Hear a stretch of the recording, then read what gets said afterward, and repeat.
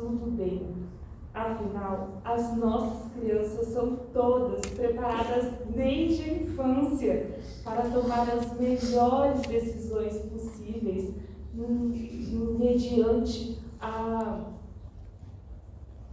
as situações difíceis moralmente que o mundo as insere constantemente. Todas são conhecedoras assíduas da palavra de Deus. E tenho certeza que se um filho ou um discípulo de cada um de vocês aqui assumisse a posição do nosso pequeno príncipe, ele estaria mais do que preparado para tomar as decisões corretas. Era uma situação assim que estava o povo de Israel no texto da nossa meditação de hoje, que está no livro de 2 Crônicas, capítulo 33, versículo 1 a 17.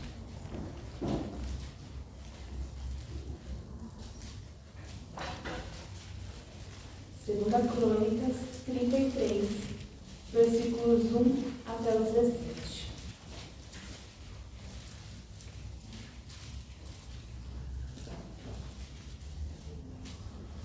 No livro de 2 Crônicas 33, a partir do versículo 1, diz assim: Tinha Manassés 12 anos de idade quando começou a reinar, e 55 anos reinou em Jerusalém.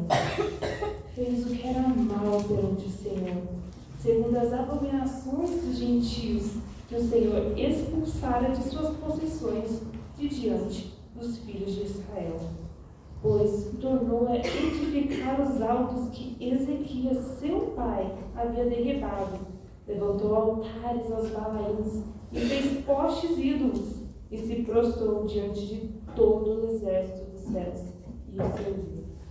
Edificou altares na casa do Senhor, do qual o Senhor tinha dito: em Jerusalém porei meu nome para sempre.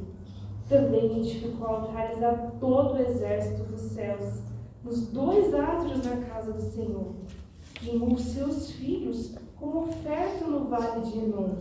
Adivinhava pelas nuvens, era goeiro, praticava feitiçarias, tratava com necromantes e feiticeiros, e prosseguiu em fazer o que era mal perante o Senhor, para provocar a ira. Também pôs a imagem de escultura do ídolo que tinha feito na casa de Deus, de que Deus dissera a Davi e a Salomão seu filho: nesta casa e em Jerusalém, que escolhi de todas as tribos de Israel, porei o meu nome para sempre. E não removerei mais o pé de Israel da terra que destinei a seus pais, contanto que tenham cuidado de fazer tudo o que lhes tenho mandado, toda a lei, os estatutos e os juízos dados por intermédio de Moisés. Manassés fez errar a Judá e os moradores de Jerusalém, de maneira que fizeram pior do que as nações que o Senhor tinha destruído de diante dos filhos de Israel. Falou o Senhor a Manassés e ao seu povo, porém não lhe deram ouvidos, pelo que o Senhor trouxe sobre eles os príncipes do exército do rei da Assíria, os quais prenderam Manassés com ganchos, amarraram com candeias e o levaram à Babilônia. Ele, angustiado, suplicou deveras ao Senhor seu Deus, e muito se humilhou perante o Deus de seus pais. Fez-lhe oração, e Deus se tornou favorável para com ele. Atendeu-lhe a súplica, e fez voltar para Jerusalém a seu reino. Então reconheceu Manassés que o Senhor era Deus. Depois disso, edificou o muro de fora da cidade de Davi, ao ocidente de Gion, no vale, à entrada da porta do peixe, abrangindo Ofel, e o levantou muito alto. Também pôs chefes militares em todas as cidades fortificadas de Judá. Tirou da casa do Senhor os deuses estranhos e o ídolo, como também todos os altares que edificaram no monte da casa do Senhor e em Jerusalém, e os lançou fora da cidade. Restaurou o altar do Senhor, sacrificou sobre ele ofertas pacíficas e de ações de graças, e ordenou a Judá que servisse ao Senhor. Deus de Israel. Contudo, o povo ainda sacrificava nos altos, mas somente ao Senhor, seu Deus. Oremos. Pai, a tua palavra foi dita, e ela por si só é justa e eficaz, e nada mais precisaríamos, ó Pai. Porém, o Senhor me colocou aqui, neste lugar privilegiado, para explicar a tua palavra. E eu peço que o Senhor esteja me capacitando, me iluminando, e capacitando também cada um de nós presente aqui, para entender a tua palavra. Que o Senhor esteja agindo em nossas vidas, que seja mais do que uma manhã para que aprendemos de ti, mas que seja uma manhã para sermos transformados pelo teu Santo Espírito e pela tua palavra. Em nome de Jesus. Os livros de crônicas, eles repetem o que já ocorreu na monarquia israelita, buscando dar uma visão diferenciada dos eventos relatados nos livros dos reis. Um de destaque é o contraste entre os reinos de norte e sul, Israel e Judá. Após Jeroboão levar Israel a pecar, o reino do norte, Israel, não se voltou mais a Deus, o que levou ao seu exílio. Enquanto isso, em Judá, ou no reino do sul, eles é contado o que estava acontecendo com a linhagem da aliança de Davi, mas as coisas não estavam indo muito bem, pois apenas 4 reis andaram corretamente como Davi. Apesar disso, Ezequiel, o pai de Manassés, foi um deles. Ele foi um hábil administrador e reformador. Infelizmente, o mesmo não pode ser dito de seu filho. Os cronistas recontavam as histórias, buscando dar esperança ao povo após o exílio, os lembrando que diante das lutas e dificuldades, Deus sempre esteve com eles, mas que a fidelidade a Deus define o destino da nação. Lembrando a todos que o rei perfeito é aquele que segue o modelo de como buscar as leis divinas, que tivemos sim alguns reis que chegaram perto desse modelo e que fizeram o rei prosperar, mas que o verdadeiro rei perfeito ainda viria, da linhagem de Davi, trazendo esperança e restaurando a todos nós. Dito isso, o que será que os cronistas pensaram quando recontaram a história de Manassés? Por que eles adicionaram essa história no livro de crônicas? O que uma história de um rei tão terrível nos contribui sobre pensar em esperança, nos lembrar que a fidelidade a Deus nos dá benefícios, mas quando observamos essa história atentamente, observamos que ela não relata só a justiça, a misericórdia e a bondade do nosso Deus, mas ela nos ensina sobre a dependência do Senhor, que é o tema da nossa meditação de hoje. Repetindo, o tema da nossa meditação de hoje é a dependência do Senhor, ao qual vamos tirar 3 importantes lições. A primeira delas é que a dependência do Senhor deve ser ensinada desde a infância. A dependência do Senhor deve ser ensinada desde a infância. Em 2 Crônicas 33, primeiro versículo, nos diz assim: tinha Manassés 12 anos de idade quando começou a reinar, e 55 anos reinou em Jerusalém. 12 anos daquele tempo era considerado já um adulto, seria o equivalente a um jovem de 18 anos de dia de hoje. Ele já era capaz de tomar as próprias decisões e até um rumo para a sua vida. Porém, pouquíssimos de nós confiaríamos a um jovem de 18 anos a gerência de uma empresa, pois a gente sabe que alguém de 18 anos, seja homem ou mulher, ainda não é perfeito, ainda não é maduro. Atualmente, nós estamos preparando nossos jovens, adolescentes e até mesmo nossas crianças para os desafios morais que a vida inevitavelmente lançará para eles.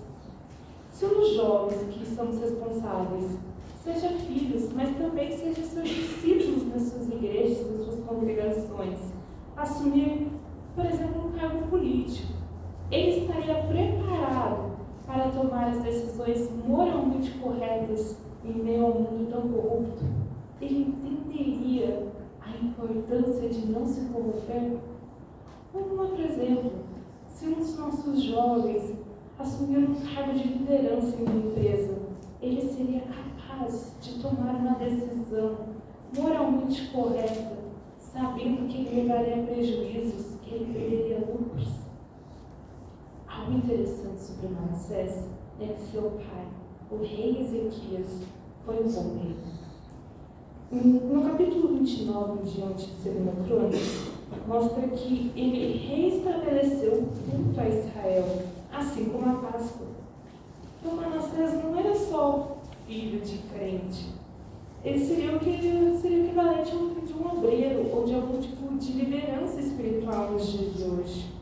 Na palavra, não há informações sobre como Ezequias era como pai, apenas como rei. Mas eu acredito que ele ensinou sim seu filho os caminhos e a lei de Deus. Pois em 2 Crônicas 33, verso 6, segunda parte, nos diz que prosseguiu em fazer o que era mal perante o Senhor para o provocar a ira. Ou seja, ele tinha consciência do que era certo e o que era errado. E apesar de todo aquele meu drama inicial, Manassés não assumiu o trono sozinho aos 12 anos de idade. De acordo com Champin, ele foi corregente com seu pai, dos 12 até os 23 anos, quando seu pai morreu, e aí ele passou a reinar sozinho. Então ele andou com ele viu, ele aprendeu tudo que era bom, ele viu seu pai restaurar o culto em Israel. Porém, em Hebreus 12:10, que lemos no nosso momento de confissão, diz: pois eles, se referindo aos pais, nos corrigiam por pouco tempo, segundo melhor lhes parecia. Deus, porém, nos disciplina para aproveitamento, a fim de sermos participantes da sua santidade. Em outras palavras, o rei Ezequiel, juntamente com sua mulher Efizibá, o ensinaram, sim, na medida do possível, corrigindo o melhor que puderam nas circunstâncias presentes. Porém, o que muitos de nós esquecemos é que, se tratando da dependência do Senhor, apenas o falar não faça, confie em Deus não basta. Ela é aprendida através do exemplo e da experiência própria. Infelizmente, poucos pais conseguem ficar integralmente com os seus filhos devido aos seus trabalhos. E ainda por cima, não somos eternos. Tendo isso em mente, é importante observarmos com quem nossos filhos têm andado.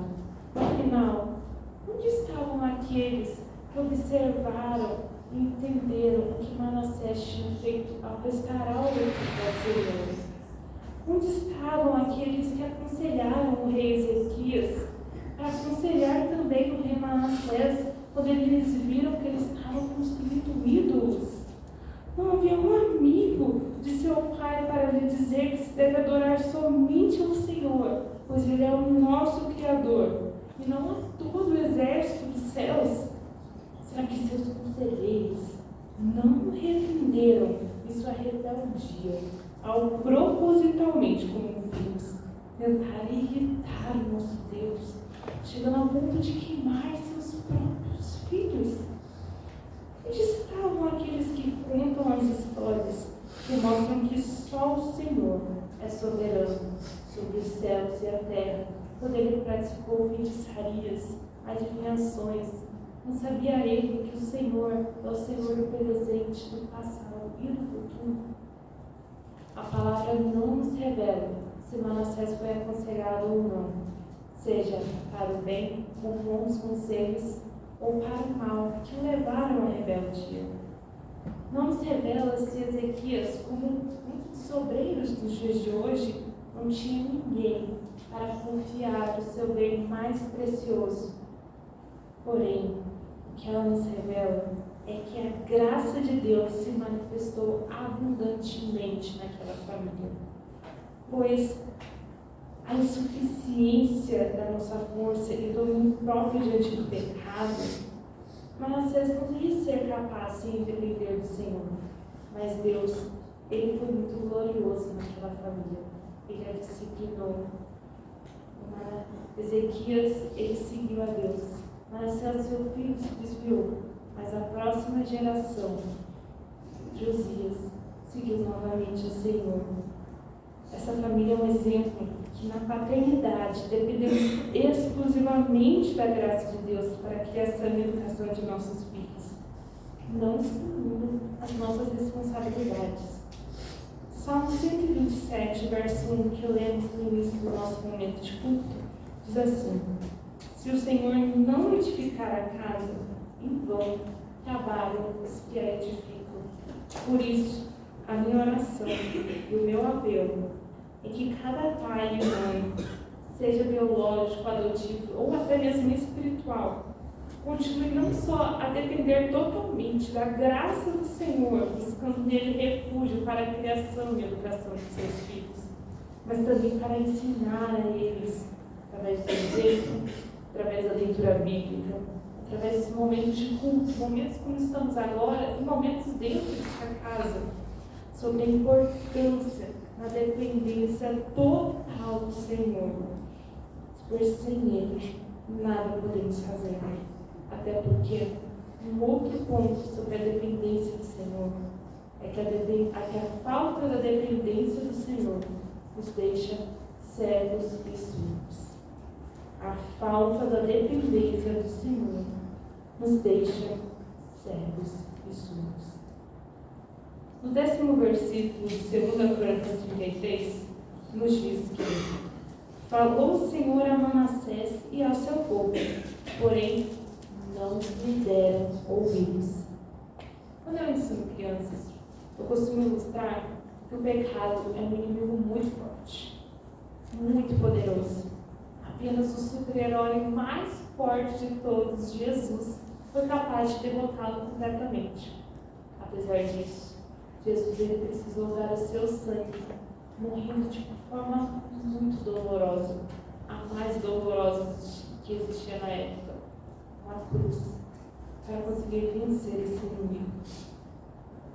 O reverendo Diego Pérez Gondar comenta que foi uma combinação de absoluta crueldade e, ao mesmo tempo, um espetáculo para fazer o máximo de terror possível na população. Jesus foi espancado, humilhado, passou por um misto de sufocamento, perda de sangue e desidratação. Como o pecado foi e ainda é um inimigo terrível, meus irmãos. Apesar disso, Jesus, ele é mais poderoso que todo o pecado e provou disso ressuscitando na cruz no 3º dia e vive estar até hoje nos céus com o Pai, nosso Senhor. Pensarmos no motivo de tal sofrimento foi por amor, por mim, por você, por todos nós. E ele fez isso porque ele sabia que o pecado cria uma barreira, um abismo entre nós e o nosso relacionamento com Deus. Ele nos deixa cegos e surdos em relação ao que Deus nos diz, em relação à vontade do Senhor. Bloqueia a nossa comunhão, que Deus sempre valorizou a nossa comunhão conosco, seja no Éden, habitando no meio do jardim, seja no tabernáculo, criando uma habitação no meio ao seu povo, e valoriza a sua comunhão com nós, inclusive nos dias de hoje. No Evangelho segundo Mateus, capítulo 13, 11, diz que porque a vós outros é dado conhecer os mistérios do reino dos céus, mas àqueles não lhes é concedido. Vós são os discípulos de Jesus, não os 12 ou os 70, mas cada um que segue os seus ensinamentos, buscando conhecimento e santificação. Para os alunos de Jesus, receptivos aos seus ensinamentos, que buscam entender a palavra de Deus, que nos mostra que para ter esse entendimento é necessário mais do que nós, é necessário sermos escolhidos por Deus como seus, entendendo o nosso propósito em santificação e independência dele. Afinal, não é à toa que Jesus, com frequência após suas parábolas, dizia: quem tem ouvidos para ouvir, ouça. Ele se refere a pessoas que foram escolhidas por ele, mas que fogem do chamado, não buscando dependência e santificação nele, se tornando cegas e surdas para a sua vontade por causa do pecado. Mas glória a Deus, nosso Deus, ele é santo e ele é misericordioso. Quando seu povo, quando nós nos humilhamos e nos arrependemos, ele se torna favorável para conosco, como nos mostra o versículo 12 da nossa meditação. Ele, angustiado, suplicou deveras ao Senhor seu Deus, e muito se humilhou perante ao Deus de seus pais. Fez-lhe oração, e Deus se tornou favorável para com ele. Atendeu-lhe a súplica, e o fez voltar para Jerusalém, ao seu reino. Então, reconheceu Manassés que o Senhor era Deus. De acordo com o meu contemporâneo, que pregou no mesmo texto, Rafael Batista, em sua pregação, um arrependimento genuíno é marcado por dois fatores: mudança de hábito e mente transformada. Nossos pensamentos a Deus pertencem, mas eu considero um sinal da transformação da mente de Manassés o reconhecimento, no versículo 13, que o Senhor não era apenas o Deus de seus pais, mas o Senhor era Deus. Ele também demonstrou mudanças de hábito, com ações paralelas à do início do seu reinado, tirando da casa do Senhor os deuses estranhos do ídolo, restaurando o altar a Deus e fazendo sacrifícios. Não apenas isso, ele passou a influenciar todos de Israel a adorar ao Senhor, ordenando Judá que servisse ao Senhor, Deus de Israel. Considerando essas mudanças e o fato que o nosso Deus, misericordioso e justo, não via só essas ações, mas a mudança no coração de Manassés, ele liberou a ele o perdão. Quanto a nós temos um grande privilégio, o conhecer dessa história e também o agir do Santo Espírito para nos dar entendimento e nos constranger para o arrependimento, para uma vida de santidade, onde buscamos a dependência do Senhor, onde buscamos nos afastar do pecado dia a dia, pecado que nos deixa cegos e surdos, que cria um abismo no nosso relacionamento com Deus. Com acesso a tudo isso, a palavra do Senhor, ao Espírito Santo, nos tornamos indesculpáveis em continuarmos a nossa vida em ignorância. A ignorância que o pecado forma na nossa mente. E é por causa desse fato de sermos indesculpáveis que temos que observar o terceiro ponto da nossa meditação de hoje. A dependência do Senhor não apenas deve ser ensinada desde a infância. A falta dela não apenas nos deixa cegos e surdos, mas a dependência do Senhor deve ser praticada hoje. Uma característica do pecado é que ele é atrativo e interessante. Afinal, se não fosse o caso, ninguém pecaria.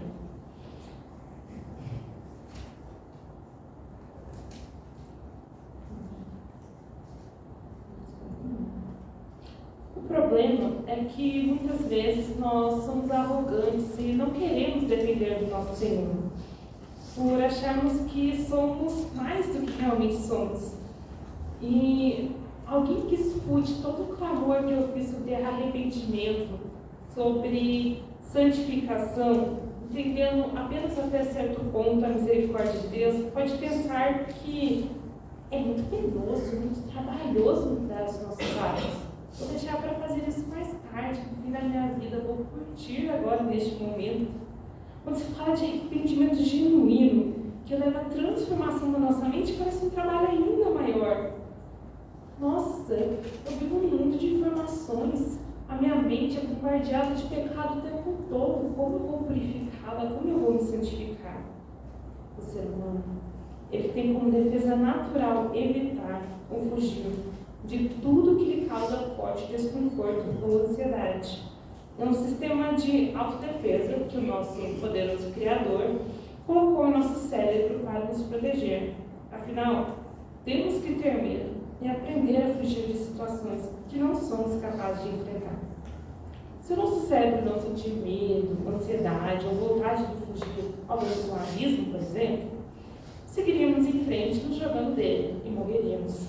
Se gastarmos toda a nossa energia não a repormos, continuando a lutar e agir sem descanso, sem comida, morreremos. Nós não fomos feitos para a morte, fomos criados para habitar eternamente com Deus. Por isso, é natural que evitemos. O problema é que com a queda, com o entrada do pecado, outras situações começaram a entrar nesse sistema que antes não existiam.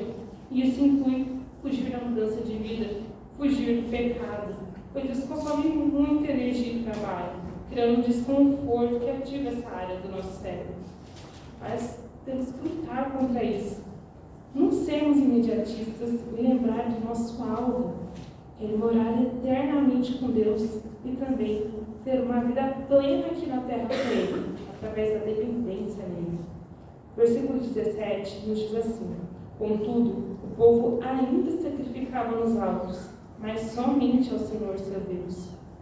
O trabalho de restauração ao culto que Ezequias fez poderia ter sido continuado por seu filho. Ele teria sido muito avançado. Mas não, ele teve que ser reiniciado devido ao pecado. Muitas vezes a gente esquece que o pecado tem consequências duradouras, sendo a pior delas a morte.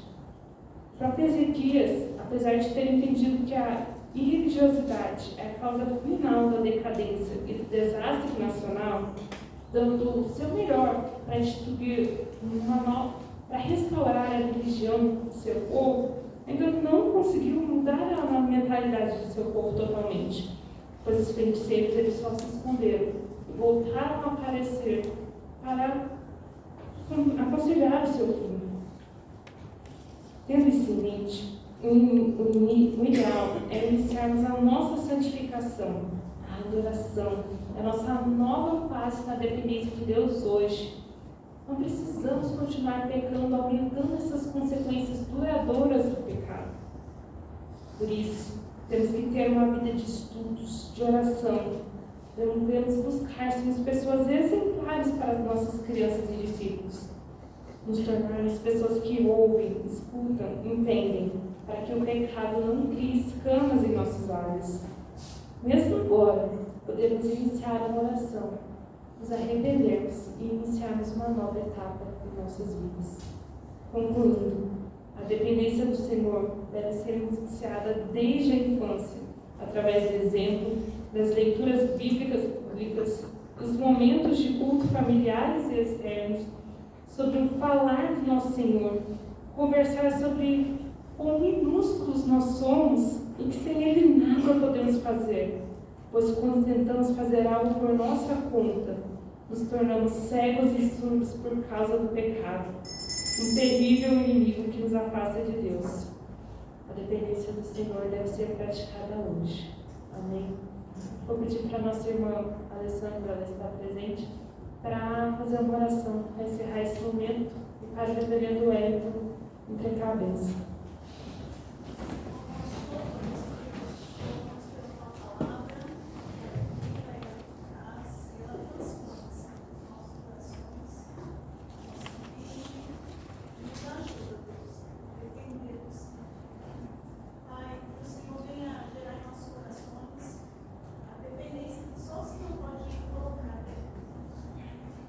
Praticar, Senhor, o que nós aprendemos, possamos viver, Deus, tudo que nós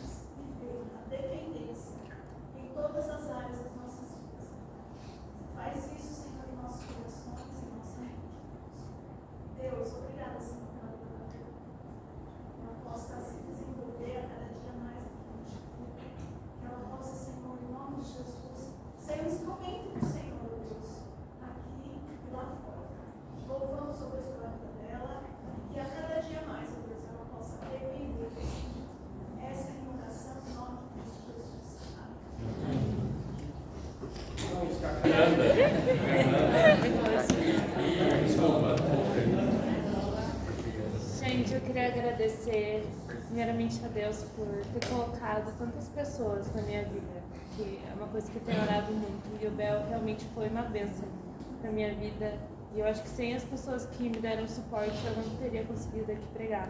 Desde as pessoas que batiam na porta do meu quarto e falavam, vamos estudar, Fernando. Cada pessoa que deu um recadinho, um bilhetinho, um abraço, que foi lá orar comigo. Eu sou muito grata pela vida de vocês. Para quem está assistindo também, muito obrigada pelo seu suporte, mesmo que você está à distância. E... Vou até aqui.